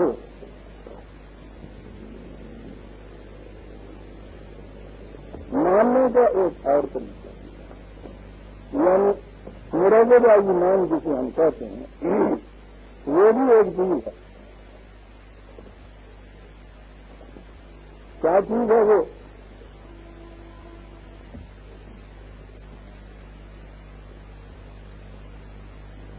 جو ہوتا چلا آ رہا ہے وہ ہوتا چلا جا رہا ہے. جو کرتے آ رہے ہیں ہم کرتے آ رہے ہیں. مسلمانوں کے گھر میں پیدا ہو گئے ہیں مسلمان. جس گھر میں پیدا ہوئے جو کچھ اس گھر میں مانا جاتا تھا اس قسم کے آپ مانتے چلے جا رہے ہیں. پہلے تو یہ چیز ہوئی کہ اتفاق سے مسلمان کے گھر میں پیدا ہو گئے تو مسلمان ہو گئے، ہنسیوں کے گھر میں پیدا ہو گئے ہنسی ہو گئے، سیوں کے گھر میں پیدا ہو گئے سیا ہو گئے. یہ چیز کیوں مانتے ہیں؟ تو یہ بھی مانتے چلے آ رہے ہیں. یہی ہے نا ہمارا اس وقت کا ایمان ابھی جانے میں. ابھی آپ نے دیکھ لیا کہ وہ تو اس کو ایمان نہیں قرار دیتا. یہ تو کچھ خود کرتے کرنے کی بات تھی نا، وہ تو نہیں کیا. کہا کہ اذا قیل لهم اتبعوا ما انزل اللہ، جب ان سے کہا جاتا ہے کہ بھائی یہ جو خدا کی کتاب ہے تم اس کا اتباع کرو، اس کے پیچھے پیچھے چلو، قالوا بل نتبع ما الفینا علیہ آباءنا، کہتے ہیں کہ نہیں صاحب ہمارے اسلام جس روش کے اوپر چلتے آ رہے ہیں ہم تو اسی روش کے اوپر چلتے جائیں گے، بس ہمارے لیے یہ ٹھیک ہے۔ قرآن اس کے جواب میں کچھ زیادہ لمبی چوڑی بات نہیں کرتا، چار دو لفظوں میں بات کر دیتا ہے، اولو کان آباؤہم لا یعقلون شیئا ولا یہتدون۔ جی، اور کیفیت کیوں نہ ہو، ایسی کیوں نہ ہو کہ انہوں نے بھی نہ اپنے فکر سے کام لیا ہے اس راستے پہ چلنے کا، اور نہ کسی راستے پہ چل رہے ہیں جو چلتے چلے جائیں گے اس کے اوپر، تو پتہ نہیں کون ہے۔ یہ اگلی آیت بڑی غور چلے جائے، کہتا بھیڑوں کا ایک ریوڑ اور ان کے پیچھے گدڑیے، بڑی عجیب تصویر ہے ان کا نام کاموں تصویر سے کہتے ہیں شاعری کے اندر۔ کیفیت یہ ہے کہ نسل الذین کفروا کمثل الذی ینعق بما لا یسمع الا دعاء و نداء۔ پتہ ان کی کیفیت یہ ہے کہ وہ تو نہیں بھیڑے، یہ گدڑیے صاحب کی بھی کیفیت یہ ہے کہ انہوں نے کچھ اپنے بڑے باپ سے، اس بچے میں جو گدڑیا ہے اس بڑے باپ سے کچھ آوازیں سیکھی، آوازیں بغیر الفاظ، اور کچھ الفاظ سیکھے بغیر نہیں کے۔ اب اس کی کیفیت بھی ہے، وہ چلنے والی وہ چلانے والا، وہ بھیڑے جن میں اتنے سنتا چلالی نہیں، یہ وہ کہ جس میں کوئی چیز بصیرت سے بنا کر نہیں سیکھی، چند آوازیں سنی اپنے بڑے سے، چند الفاظ اس کے زبان کے اوپر آئے وہ اس میں سیکھ لیے۔ اب کیفیت یہ ہے کہ وہ آواز دیتا ہے، وہ جس آواز پہ لگی ہوئی ہے وہ یہ مل جاتی ہے، کچھ الفاظ یہ کہتا ہے وہ کچھ بھاگنے لگ جاتی ہیں۔ کہتا یہ کیفیت انسانوں کی ہو گئی، سنن بکمن عمین فہم لا یعقلون، اندھے بہرے گونگے، اپنے فکر سے کام نہیں ہو رہے،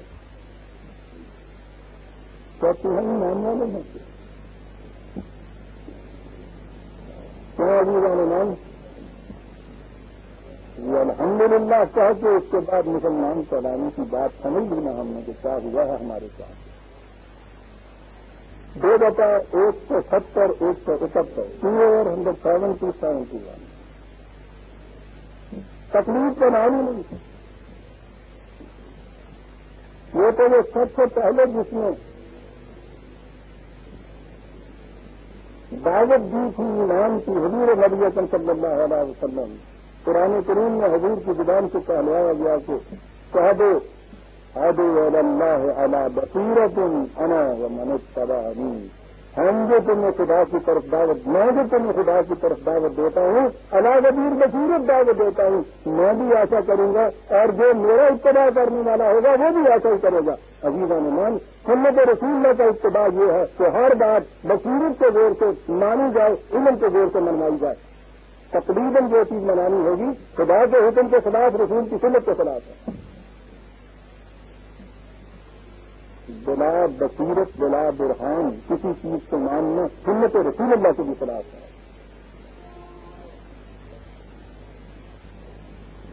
آپ جو یہ کوئی بات کہہ دو تو کہتے ہیں یہ منکر سنت رسول اللہ ہے، جو بھیڑے کی طرح مانتا ہوا اتباع ہے اس کے لیے کہا جاتا ہے کہ یہ اتباع سب سے تعلق نہیں کر رہا ہے۔ تو سب حضور نے فرمایا ہے کہ میں دعوت دیتا ہوں علی بصیرۃ انا ومن اتبعنی، میں بھی یہ کرتا ہوں اور میری سنت کا اتباع بھی وہ کرے گا جو علی وجہ بصیرت دعوت دے گا، جو دعوت دے گا علی وجہ بصیرت، وہ مانے گا بھی تو سب سے پہلے علی وجہ بصیرت۔ 12/108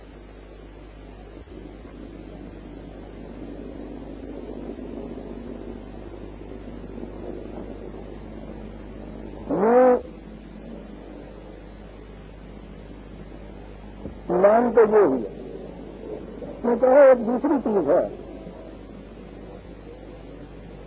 مسلمانوں کی قوم اس میں دنیا کے اندر ابتدائی دور کا مسلمان جو تھا اس میں تو آپ نے دیکھا بڑی شان و شوکت حاصل کی،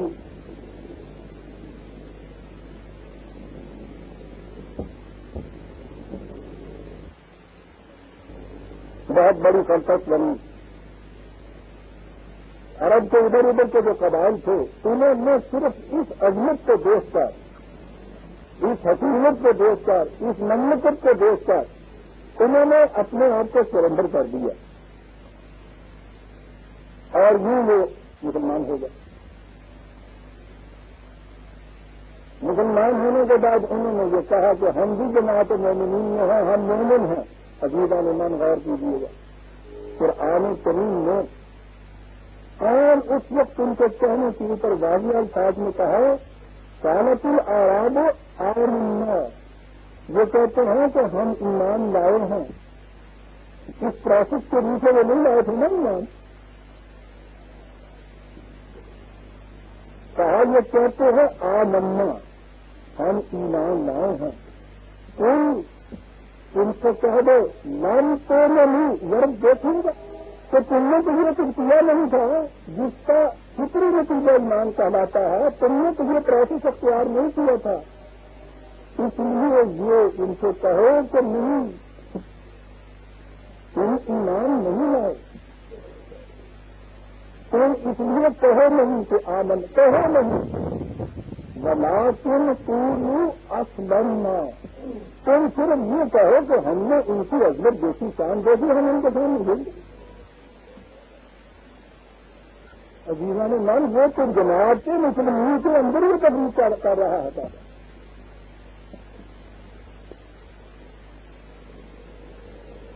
اس لیے کہ وَلَمَّا يَدْخُلُ الْإِيمَانُ فِي قُلُوبِكُمْ، اس پروسیس میں سے تم گزرتے تو ایمان تمہارے دلوں میں داخل ہو جاتا ہے، یہ دلوں میں داخل نہیں ہوگا۔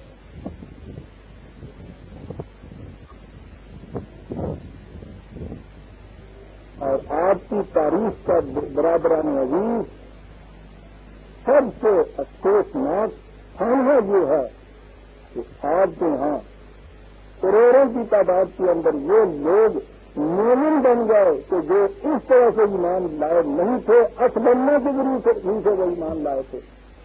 پوری کی پوری ایران کی سلطنت محض مسلمانوں کی میدان جنگ کے اندر جب انہوں نے طاقت اور عظمت اور قوت دیکھی، اسلمہ کے ناطا تو انہوں نے صرف سرنڈر کیا، اوور نائٹ مسلمان ہو گئے اور ہماری بدقسمتی سے ہم نے مومن سمجھ لیا۔ آپ غور کیجیے تو میں تو نہیں بتا رہا، قرآن فرق کر رہا ہے، بیان میں وہی چیز تھی نا کہ جو ان آراب کے متعلق کہی گئی ہے، اسلمہ تھا نا یہ آمنی تو اس پروسیس میں سے نکل کے آپ ہو سکتا تھا، اس کے بغیر آمنی کی بات ہو نہیں سکتی، بڑی گہری چیز ہے یہ۔ اسلمہ کا ٹھیک ہے جماعت میں آنے دو، اب اس کے بعد پھر کیا وَإِن تُطِيعُوا اللَّهَ وَرَسُولَهُ لَا يَلِدْكُم مِّنْ أَعْمَالِكُمْ شَيْئًا۔ اب یہ ہے اس نظام میں داخل ہو کر ان قوانین خداوندی کی عملی اطاعت کرو تم، اس طرح سے اب اس اطاعت میں رسول کا فریضہ یہ ہوا يُعَلِّمُهُمُ الْكِتَابَ وَالْحِكْمَةَ وَيُزَكِّيهِمْ، وہ تعلیم کتاب و حکمت کرتا چلا جائے گا، تمہاری ذات کی نشوونما ہوتی چلی جائے گی، پھر تعلیم کتاب و حکمت ہے۔ یہ کچھ کرو گے تو اس کے بعد پھر یہ صداقتیں تمہارے سامنے علاوہ پھر بصیرت آ رہی گی، پھر تمہارے دل کے اندر یہ اترے گی اور یہ تم اپنے آپ کو مومن کہلانے کے مستحق قرار پاؤ گے۔ ویسے تم ہو گئے، تم زیادہ سے زیادہ آپ حقیقت سٹیزن شپ دے سکتے ہیں، کیا سب قرآن کرتا ہے۔ ابھی اس درجے کے اوپر نہ لو، بڑی لمبی چوڑی تعلیم کا، تدبر کا، تفکر کا، بصیرت کا، علم کا جو پروسیس ہے اس میں سے گزرنے کے بعد یہ چیز پیدا ہوگی۔ ابھی یہ چیز کیجیے 39/14 49/100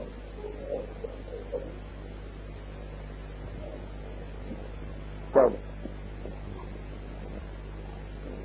ایک طرف تو یہ چیز رہی تو مسلم ابھی مسلم اسلم نہ کہو، مسلم کہو نہیں، میں نے یہ چیز غلط کہی ہے کیونکہ یہ بات آ آتی ہے سامنے، اسلم نہ کہو، یہ کہو کہ ہم نے سرنڈر کیا ہے، ہم اس کے سامنے جھک گئے ہیں۔ ایمان ان صداقتوں کے دل کی گہرائی میں اتار لینے کا نام، قلب اور دماغ کے کامل اطمینان سے ان صداقتوں کے حق ہونے کے اوپر یقین، یہ ایمان۔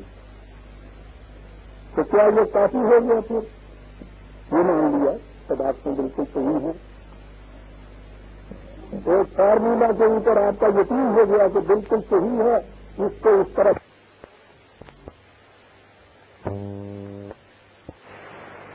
کرنے سے یہ ہو جائے گا، کتاب میں آپ نے پڑھ لیا، اس کے متعلق ہر ممکن طریقے سے آپ نے اطمینان کر لیا تو یہ فارمولہ صحیح ہے، اطمینان کر لیا اور آپ بیٹھ گئے، بس اگر ہے دین کا پورا ہو گیا۔ میں کہتا نہیں، اس کے بعد اگلا قدم دار کرنی ہے، ٹھیک ہے، فارمولے کے اوپر عمل کرو نا۔ یہ جو ہے اگلی اسٹیج، یہ جب تک ساتھ نہیں ملتی اس وقت تک وہ خالی مومن ہونا کافی نہیں قرار دیتا، پھر نہ دے راضی۔ ادھر یہ کیفیت تھی کہ اسلم کی روح سے مومن نہیں وہ قرار دیتا، اور جب اس طرح سے اس سارے مل میں سے گزر کر، اس پروسیس میں سے گزر کر ان کے اوپر یقین بھی کر دیتا ہے تو وہ کہتا ہے کہ یہ نہ سمجھے تو بس مقصد پورا ہو گیا۔ نہ بھائی، نبی اعظم صلی اللہ علیہ وسلم سے کہا گیا تمام کا بہاد العلم ام دلالتہم، اندھے کو تو تم صحیح راستے سے لا ہی نہیں سکتے۔ ایک بات یہ قلب کا نہیں، کچھ میں اللہ بات تو وہی سنوں گا، میں نے بے آیاتن جو اس طرح سے ہمارے قانون کی صداقت کے اوپر ایمان لائے گا، فہم مسلمین، اور اس کے بعد اپنے آپ کو ان کے سامنے جھکا دے گا۔ اب بات بنی،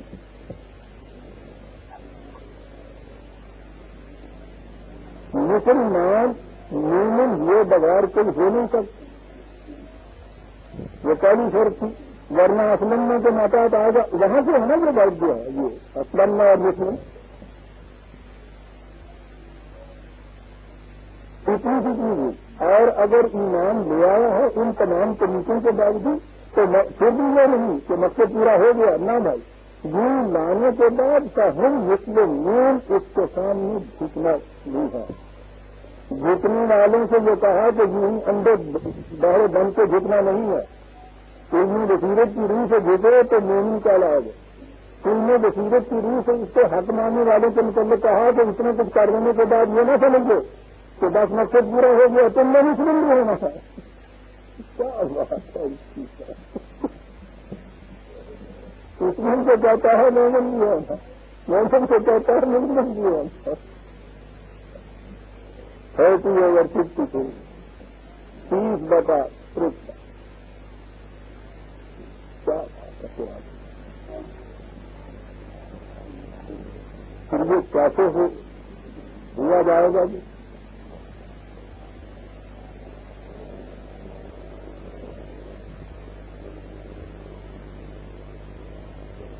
یہ تو ایسی چیز ہے کہ ہم بیٹھ گئے اور جو کچھ ہمارے ہاں ہے اس کو رکھا اور پھر یوں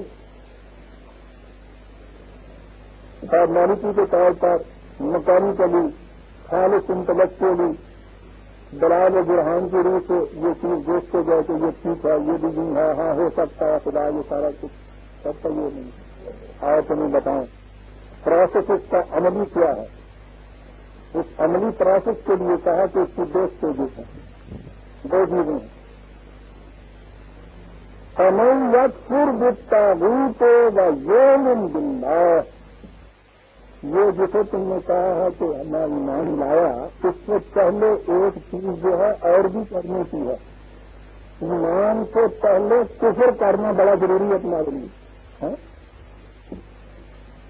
یہ ایمان سے پہلے کفر ہوتا، اس کے بغیر تو ایمان کے درجے کو پہنچ نہیں سکتا۔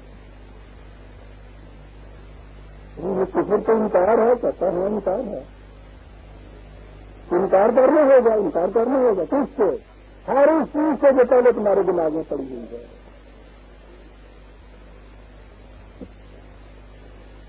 دھو ڈالو ان تختیوں کو، ان سلیٹوں کو صاف کر دو. روز مطلب گھر میں آ کے دوسرے دن جانے کے لیے وہ کٹی دھوتا ہے، اپنی تختی دھوتا ہے، صاف کرتا ہے اس کو، جو کہیے کل والی لے جائے رو رہا ہوتا ہے نارنگ. ٹھیک ہے، دوسری ہی کٹی کی اوپر پر کوئی صحیح چیز لکھی نہیں آ سکتی، دھونا پڑے گا اس کو ابھی جانے والا. یہ ہے اس کا لا الہ کا. کوئی صاحب اقتدار نہیں، کوئی صاحب اختیار نہیں، کسی کو قانون کی اطاعت نہیں کی جا سکتی، کسی کے سامنے جھکا نہیں جا سکتا. ہر طاغوت کو انکار کرتے چلے جاؤ. طغا کے معنی ہے جو قانون خداوندی سے سب کچھ برتنے والا ہو. اور یہ باہر نہیں ہوتے، باہر ہی نہیں ہوتے. مت کہا جائے باہر ہی ہے بھی تو کہا ہے. یہ خود اپنے ہی جذبات کو معبود بنانے والا، یہ بھی تو کہتے پھر یہ بھی تو ایمان کے تعبیر کے اوپر بیٹھا ہوا ہے، یہ بھی تو تعبیر ہے. سوچ رہے ہیں عزیزان من بڑی جلدی سے الحمدللہ کا کہ مومن کہنے والے وہ مومن کے تحت دور میں آنا ہے. یہ ذرا کفر کا جو منزل ہے، ذرا اس کفر کی منزل میں تو دیکھیے گا کتنے اس میں سے نکلے ہیں. ابھی کتنے نے اپنی اپنی تختی دھوئی ہے، سلیٹ صاف کی ہے. کون ہے جس نے یہ کہا ہے اس کے کھڑا ہو کے ہر اور خداوندی قوت کے خلاف میں کر کے یہ بغاوت کا عالم بلند کروں گا؟ یہ تو بہت بڑا انقلابی پروگرام ہے عزیزان من. یہ شہادت جو ہے ان سب میں قدم رکھنا ہے. لوگ آسان سمجھتے ہیں مسلمان ہونا، وہ ہونا تو بات ہی نہیں ہے. اسی طرح جنگوں میں ہی نہیں ہے، بڑا ختم کرنے کے لیے بڑا زور دیا جاتا ہے. یکفر بالطاغوت ٹھیک ہے. اور آپ نے سن لیا کہ وہ ضرب کیوں استعمال ہوا تھا ایمان کے لیے،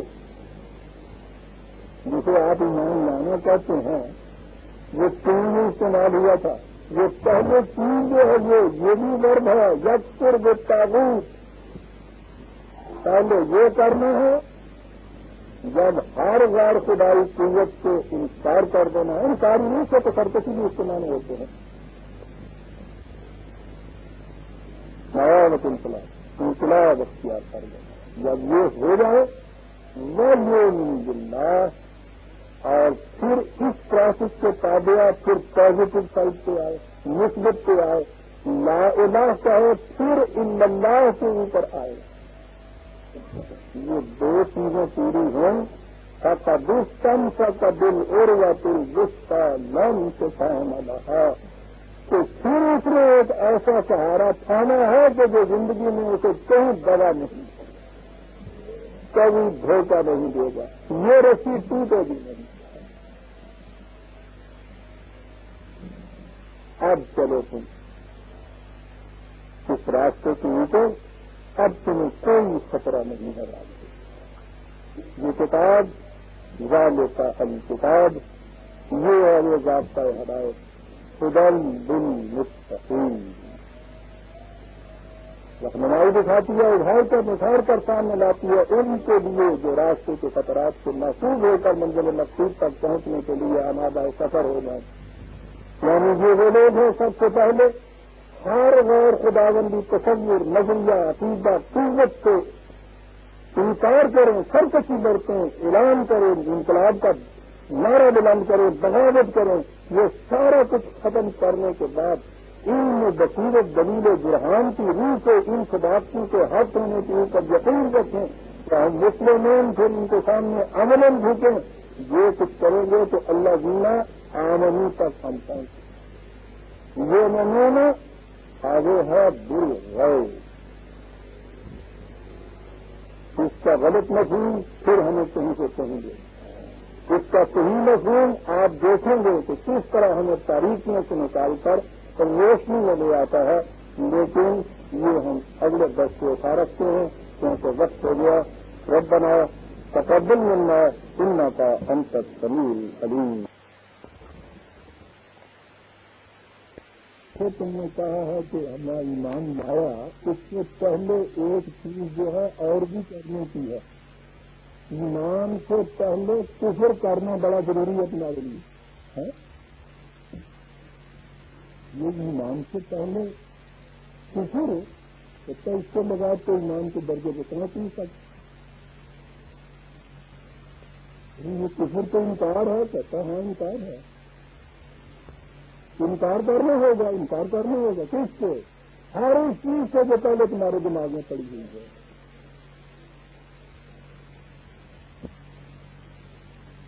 دھو ڈالو ان تختیوں کو، ان سلیٹوں کو صاف کر دو. روز مطلب گھر میں آ کے دوسرے دن جانے کے لیے وہ پتی دھوتا ہے، اپنی تختی دھوتا ہے، صاف کرتا ہے اس کو. اسے چلیے کل والی لے جائے، رو رہا ہوتا ہے. ماریں گے ٹھیک ہے، لیکن نہیں پتی کے اوپر تو کوئی صحیح چیز لکھی نہیں آ سکتی. دھونا پڑے گا اس کو ابھی آنے والا. یہ ہے حصہ لا الہ کا. کوئی صاحب اقتدار نہیں، کوئی صاحب اختیار نہیں، کسی کے قانون کی اطاعت نہیں کی جا سکتی، کسی کے سامنے جھکا نہیں جا سکتا.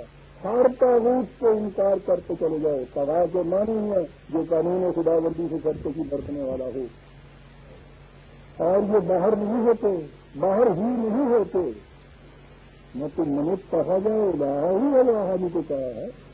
یہ خود اپنے ہی جذبات کو معبود بنانے والا، یہ بھی تو کفر، یہ بھی تو ایمان کے تاغوت کے اوپر بیٹھا ہوا ہے، یہ بھی تو تاغوت ہے. سوچ رہے ہیں عزیزان من بڑی جلدی سے الحمدللہ کہا کہ مومن کہنے والے وہ مومن کو بہت دور نہیں آنا ہے. یہ ذرا کفر کا جو منزل ہے، ذرا اس کفر کی منزل میں تو دیکھیے گا کتنے اس میں سے نکلے ہیں. ابھی کتنے نے اپنی اپنی تختی دھوئی ہے، سلیٹ صاف کی ہے. کون ہے جس نے یہ کہا ہے اٹھ کے کھڑا ہو کے ہر غیر خدا بندی قوت کے خلاف میں کر کے بغاوت کا علم بلند کروں گا؟ یہ تو بہت بڑا انقلابی پروگرام ہے عزیزان من. یہ شہادت جو ہے ان سب میں قدم رکھنا ہے. لوگ آسان سمجھتے ہیں مسلمان ہونا، وہ ہونا تو بات ہی نہیں ہے. ابھی تو جنگوں میں نہیں ہے، نہ ختم کرنے کے لیے بڑا زور دیا جاتا ہے. یکفر بالطاغوت خوب. اور آپ نے سن لیا کہ وہ ورڈ کیوں استعمال ہوا تھا ایمان کے لیے جسے آپ ایمان لانا چاہتے ہیں؟ وہ کیوں استعمال ہوا تھا؟ وہ پہلے چیز جو ہے یہ بھی ورڈ ہے یکفر بالطاغوت. پہلے یہ کرنا ہے جب ہر غیر خدائی قوت سے انکار کر دینا ہے. انکار نہیں سے تو سرکشی بھی استعمال ہوتے ہیں. بغاوت انقلاب اختیار کر لینا. جب یہ ہو جائے وہ یؤمن باللہ، اور پھر اس پروسیس کے تابع پھر پازیٹو سائڈ پہ آئے، مثبت پہ آئے، لا الہ کہے، پھر الا اللہ کے اوپر آئے. یہ دو چیزیں پوری ہیں. فقد استمسك بالعروة الوثقى لا انفصام لها. تو پھر اس نے ایک ایسا سہارا تھاما ہے کہ جو زندگی میں اسے کہیں دبا نہیں، کبھی دھوکہ نہیں دے گا. یہ رسی ٹوٹے گی نہیں. اب چلو تم